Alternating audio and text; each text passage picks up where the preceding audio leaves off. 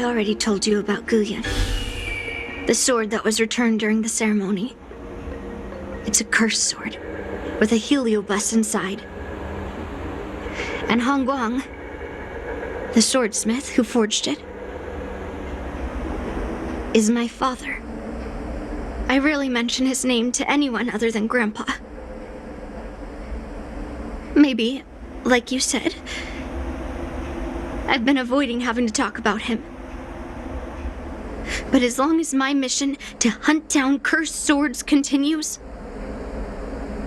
it's impossible to avoid the topic forever. For some reason, I feel like I can open up to you. Honestly, I don't remember much about him.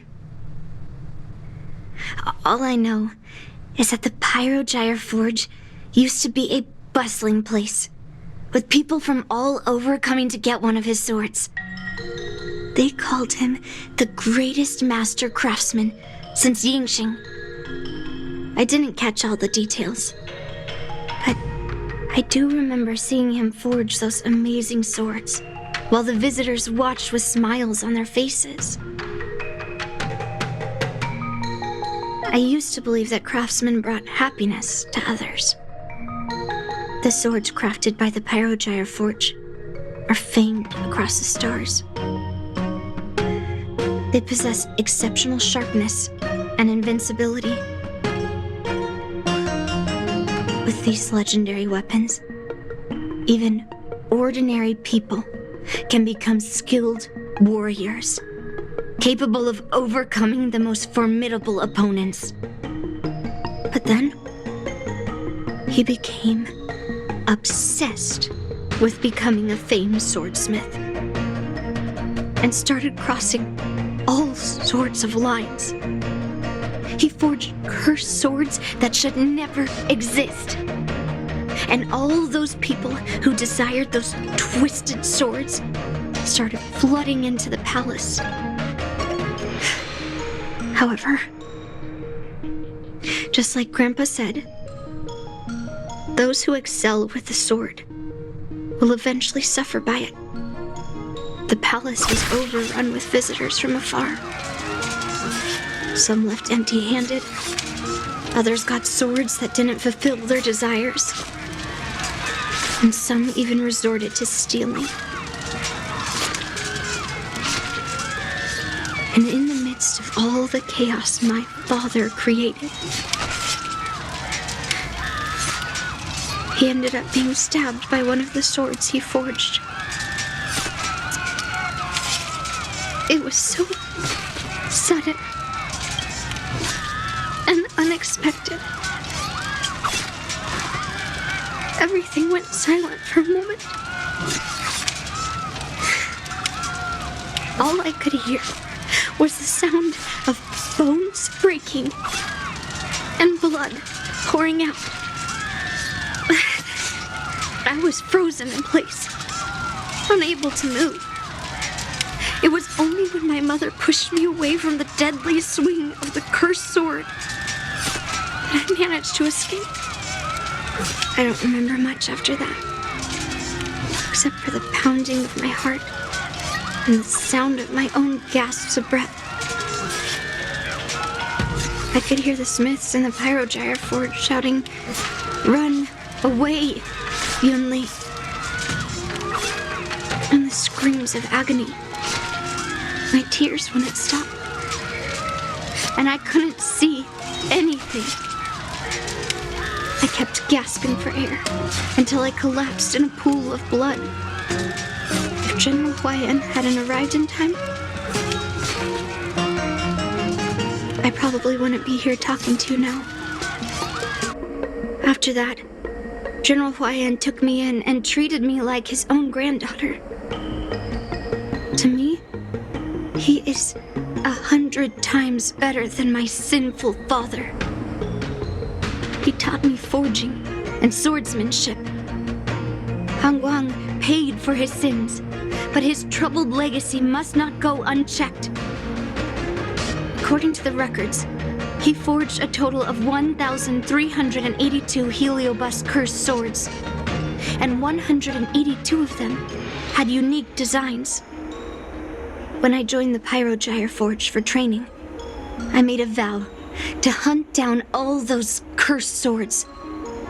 So far, I found 312 of them, and Guyun will be my 313th. Like all the other cursed swords, I'll separate it from the heliobus. Then, I'll melt it down and make it part of the Blade of Forged Remnants. I've said my piece now. Even though it'll be tough for Grandpa, I still have to melt down the sword. Those travelers who came seeking Hongguang's swords all came in the name of justice and honor. Most of those so-called great heroes were heartless killers. They are only called heroes because they won. Many of the cursed swords I've destroyed had honorable and grand names, too. A legendary sword and a butcher's knife are often just different ways of describing the same thing. Somehow, after talking to you, I feel like I've cooled off a bit. Well, I'll have an honest conversation with Grandpa tomorrow. And I won't take any action against Guyun until he gives me his reasons. Yeah, I shouldn't have done that in a public place. Anyway, thank you. We'll catch up tomorrow. I should go back to the Palace of Astrum and tell General Huaiyan what happened at the Artisanship Commission. My granddaughter didn't cause any trouble, did she, young man?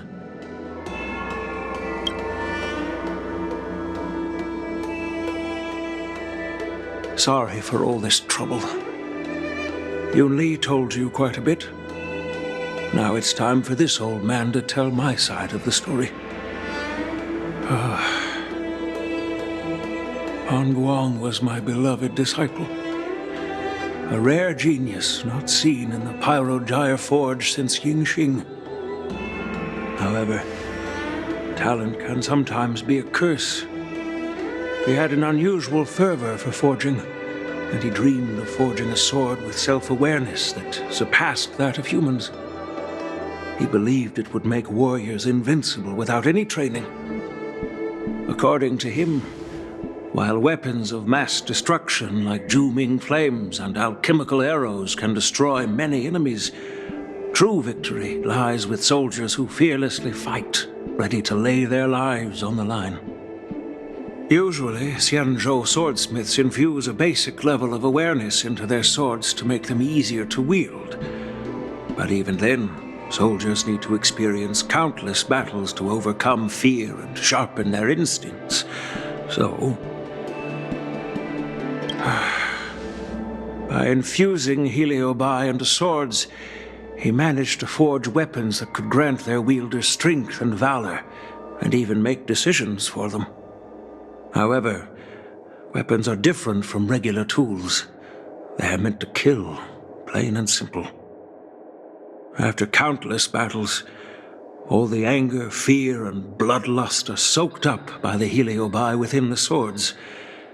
The soldiers wielding them not only gain strength, but they also become consumed by the malice, turning them into puppets possessed by the swords. No matter how noble Hongguang's intentions were, those weapons, soaked in blood, turned into cursed swords eventually. Later, Outworlders got wind of what he was doing and encouraged him to keep forging cursed swords. They came up with all sorts of reasons, from taking back their kingdoms to slaying demons. And you know what happened next. That massacre took her parents' lives, and the lives of many craftsmen in the Pyrogyre Forge. Yunli managed to survive, but she couldn't escape the horrors of that day. Yes, I don't want her to spend her whole life trapped under her father's shadow. She doesn't deserve to carry the weight of his mistakes. Despite her vow to hunt down and wipe out all cursed swords, fulfilling that vow requires immense effort. Traversing the starry seas in search of the swords is like finding a needle in a haystack. And to reclaim those swords, she has to duel the bloodthirsty wielders, teetering on the edge of life and death. She has taken back over 300 cursed swords and has suffered the same number of fatal wounds. I took her in to give her a chance at a normal childhood, not to send her on a sword-hunting journey. Even if she manages to melt down all the cursed swords one day, what will she do with her life after? Gu Yin is indeed one of the cursed swords forged by Han Guang.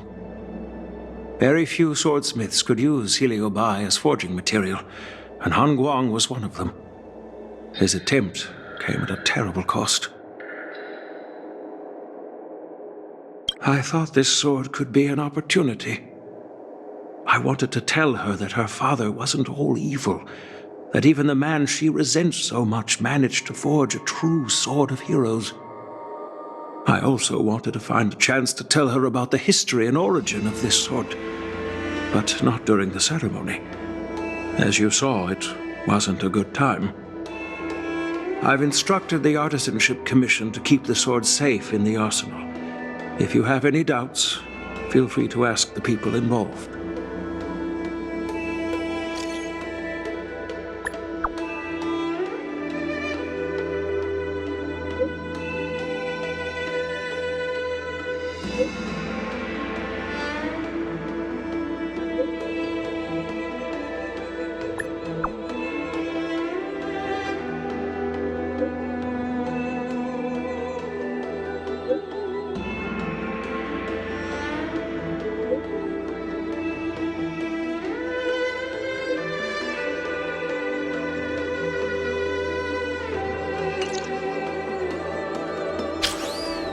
Since my granddaughter mentioned talking to me tomorrow, I'll be waiting for her.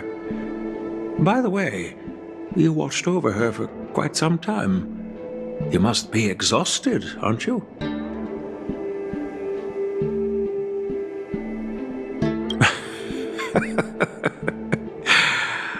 I'll be counting on you then. Time to go back and find that class-skipping March 7th.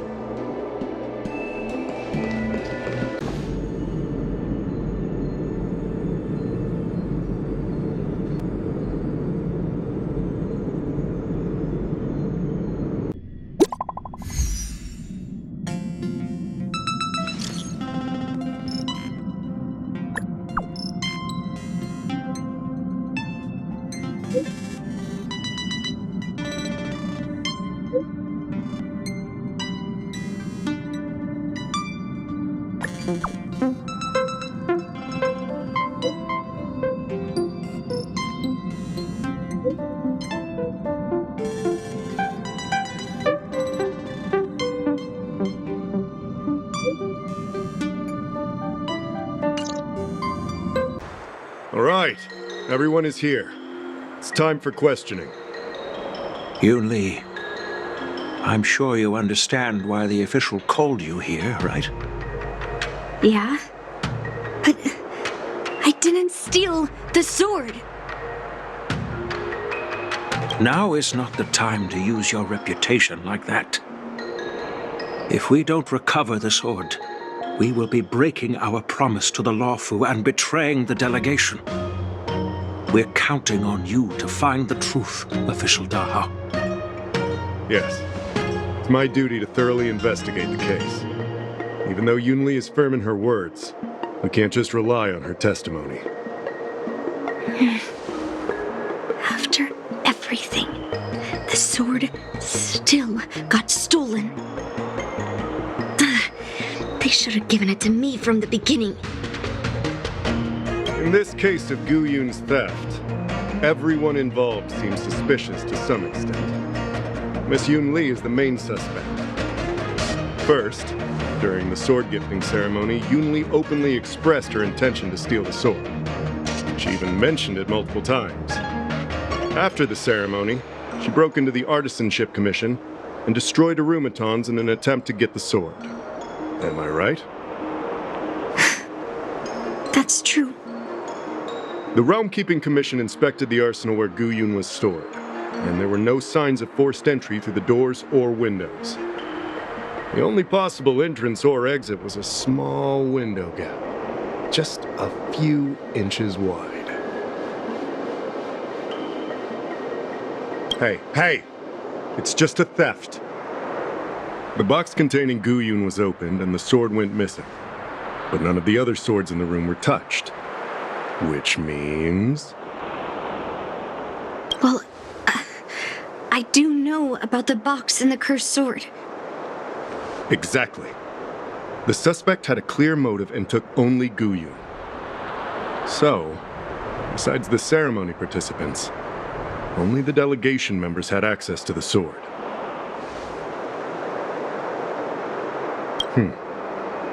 In that case, why would they return it to the Xianzhou in the first place?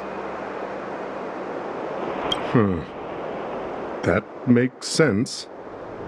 The delegation, led by the Knight of Beauty, delivered the sword to the Artisanship Commission. The craftsmen who received it testified that they didn't take anything from the arsenal. Argenti? Oh, that Knight of Beauty. He was with the delegation when they handed over the sword to the Artisanship Commission. You might not know, but he's the one who recognized the sword's origin on Kalevala and escorted it back to the Xianzhou. In other words, he's the one who made it possible for the sword to come home. So, he wouldn't have gone through all that trouble to bring it to the Law Fu if he wanted to keep the sword for himself, right? Master Gongshu checked the work records, and I questioned all the craftsmen and apprentices who were on shift at the time. But I didn't find any suspicious individuals. So, did you steal it? Then stop joking around. I can prove that he came to me after leaving the Artisanship Commission, so he couldn't have stolen the sword. Put it simply, not everyone who's seen the sword has been to the Artisanship Commission, and not everyone who might want the sword has seen it. So, the only remaining suspect is Miss Yunli. Fair enough. So... I didn't steal the sword. Well, when you've eliminated the impossible, whatever remains, however improbable, must be the truth. If you want to prove me wrong, you'd better come up with some solid evidence. I don't want to make things difficult for official Dahao. Let's do this his way, and prove my innocence. If I can find that cursed sword, I can prove my innocence right away. Well, don't blame me if I find it first. And melt it down. There's something else bothering me. Why would the thief take the sword, but leave the case behind? Did they melt down the sword like I wanted to? I mean, carrying around the sword like that would be pretty conspicuous. Wouldn't a thief prefer to take the case as well?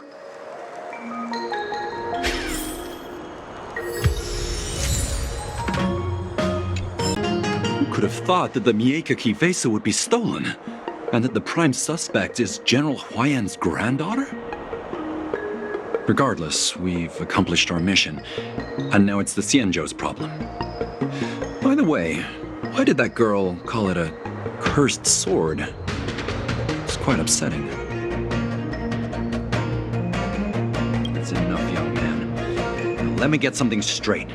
On Kalevala, this sword has always been highly revered.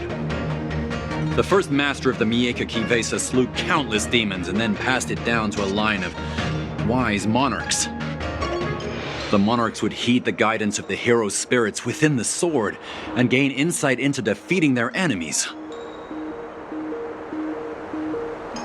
What is, Helio? What? Never mind.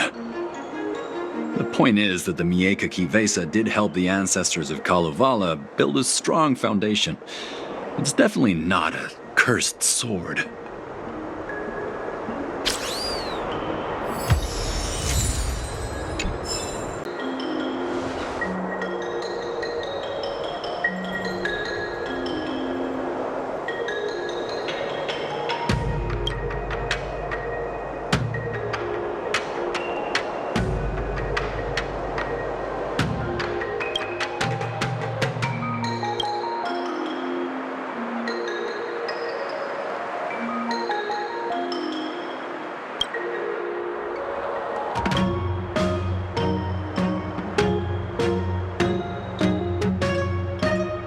So, the thief took the sword from the case without picking the lock.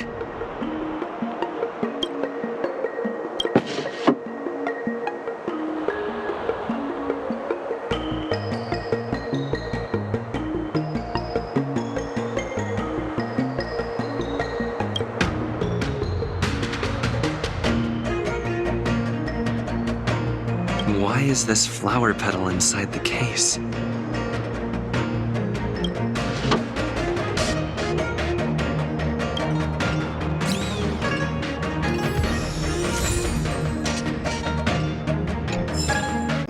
Yunli says she didn't steal the sword, and I am willing to believe her. But I know well that Yunli can be impulsive, so if she did steal the sword on a whim, I won't show her any favors. You were with Yunli yesterday, young man, so you have the chance to prove her innocence. Is there anything you need to ask me? No, she was still mad at me, so she didn't come by. If she had come with you, she wouldn't be a suspect right now. After the ceremony, Argenti carried the sword case, and together with the delegation, they were escorted by the Cloud Knights to the Artisanship Commission. The artisan there confirmed that the sword was safely stored. I'm counting on you, then.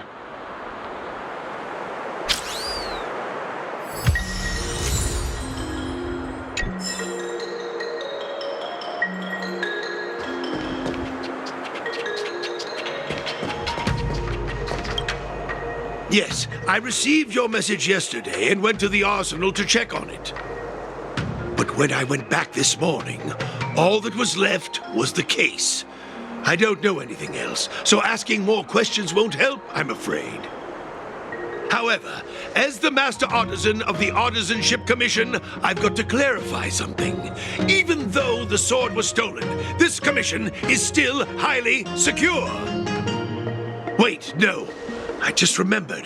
My precious arumatons were smashed!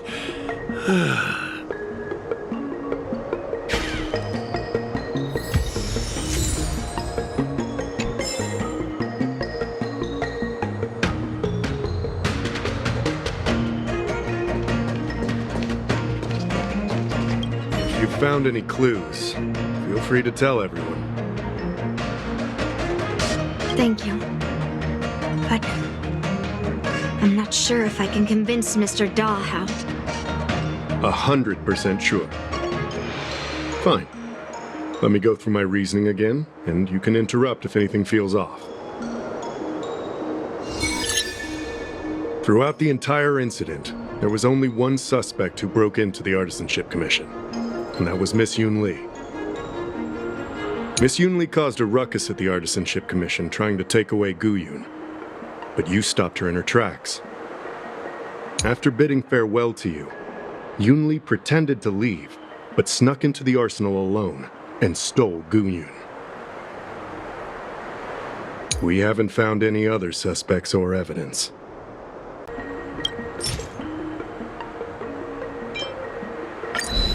I found this in the crevice at the bottom of the case. A rose petal? Yeah, I must have missed it during the search. But why was there a pedal inside the case?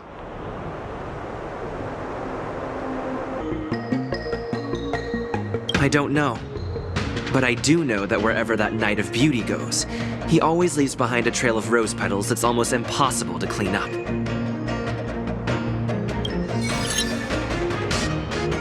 My thoughts are a mess. Let me sort them out. The sword case was never locked, which is evidence that only someone who delivered the sword could have done that. And the rose petal was probably left behind by that Knight of Beauty. But how did he manage to take the sword from the Artisanship Commission? Why did he steal it after returning it here? And why would he leave that petal in the case?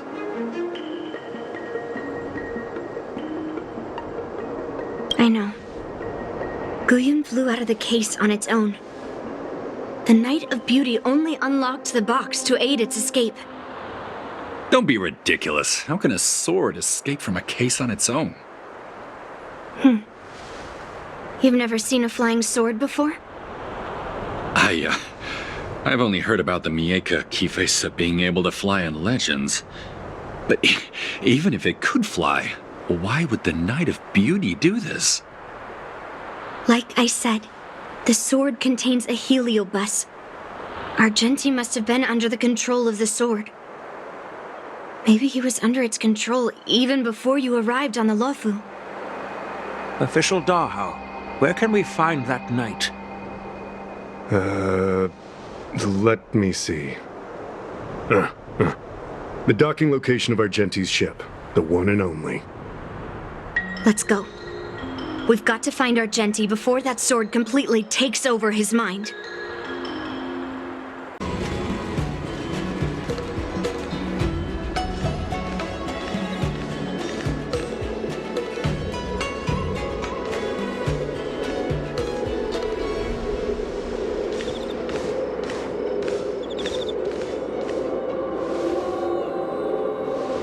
I've been waiting for you here for quite a while.